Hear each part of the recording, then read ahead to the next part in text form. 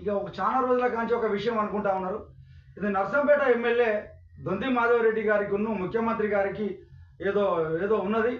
ఇక అభివృద్ధిగా కుంటుపడుతుందామని ఉన్నదని చెప్పేసి చాలా రోజుల నుంచి ఈ చర్చ జరుగుతూ ఉన్నది. కార్యకర్తలలో ఆందోళన ఉండే.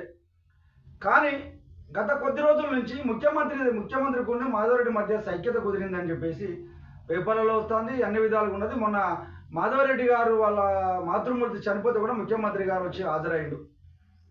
అంటే ఈరోజు అభివృద్ధి కోసం కూడా ముఖ్యమంత్రి గారిని మాధవరెడ్డి గారు కలిసిండ్రు అని చెప్పేసి అన్ని పేపర్లలో వచ్చింది. సోషల్ మీడియాలో కూడా చిరకలు కొడుతుంది.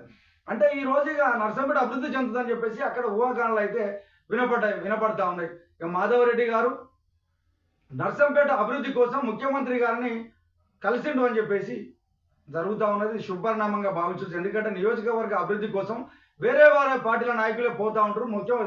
ఈ ఆల్రెడీ కాంగ్రెస్ పార్టీలో ఉన్నటువంటి నాయకులు ఈరోజు సంతోషం వ్యక్తం చేస్తూ ఉన్నారు. ఇక అభివృద్ధి చెందుతుంది నర్సంపేట అని చెప్పేసి చెప్తా ఉన్నారు. ఇప్పటి ఇది శుభపరిణామంగా చూడొచ్చు. వాళ్ళిద్దరి మధ్యలో భేషజాలు ఏం లేవు. నియోజకవర్గ అభివృద్ధి కోసం మాధవరెడ్డి గారు ఎంత దూరమైనా పోతారని చెప్పేసి ఇక్కడ అర్థమవుతా ఉన్నది.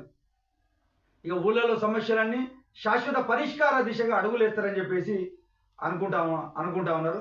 సార్ మీకు ఒక విషయాన్ని మన మాధవరెడ్డి గారికి ఒక విషయాన్ని మేము టీఆర్ నిజం నుంచి ఒక విషయాన్ని చెప్తా ఉన్నాం సార్. ఎందుకంటే నెక్కొండ మండలంలో గుండ్రపల్లి గ్రామం ఉన్నది. ఆ గుండ్రపల్లి గ్రామంలో సీసీ రోడ్లు ఉన్నాయి.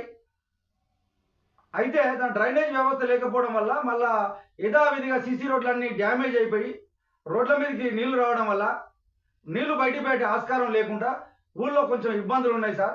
అది మీ దృష్టికి టీఆర్ నిజం నుంచి తీసుకొస్తా ఉన్నాను. ఎందుకంటే ఆ ఊళ్ళో శాశ్వత పరిష్కారం, నీళ్లు బయటికి పోవడానికి శాశ్వత పరిష్కారం, ఈ వరద నీళ్లు కానీ ఏ నీళ్లు కానీ బయటికి పోవడానికి శాశ్వత పరిష్కారం చూపాలని చెప్పేసి టీఆర్ నిజం నుంచి మీకు ఒకసారి విన్నవిస్తాను సార్. ఎందుకంటే మీరు అభివృద్ధి పదార్థ అని చెప్పేసి మాధవరెడ్డి అంటే నర్సంపేట నియోజకవర్గంలో అభివృద్ధి చేస్తారని చెప్పేసి జనాల నమ్మకం ఉన్నది. ఈ రోజు మీరు ముఖ్యమంత్రి గారిని కూడా అదే ఉద్దేశం కలిసి నర్సంపేట అభివృద్ధి కోసమే మీరు ప్రయత్నాలు చేస్తూ ఉన్నారు. కాబట్టి మీ వంతు ప్రయత్నంగా ఒకసారి ఆ గుండ్రపల్లి గ్రామంలో ఆ శాశ్వత పరిష్కార దిశగా అడుగులేయాలని చెప్పేసి ఆ గ్రామ ప్రజల పక్షాన టీఆర్ నిజం నుండి మీకు చిన్న విన్నపాన్ని తెలియజేస్తాను సార్.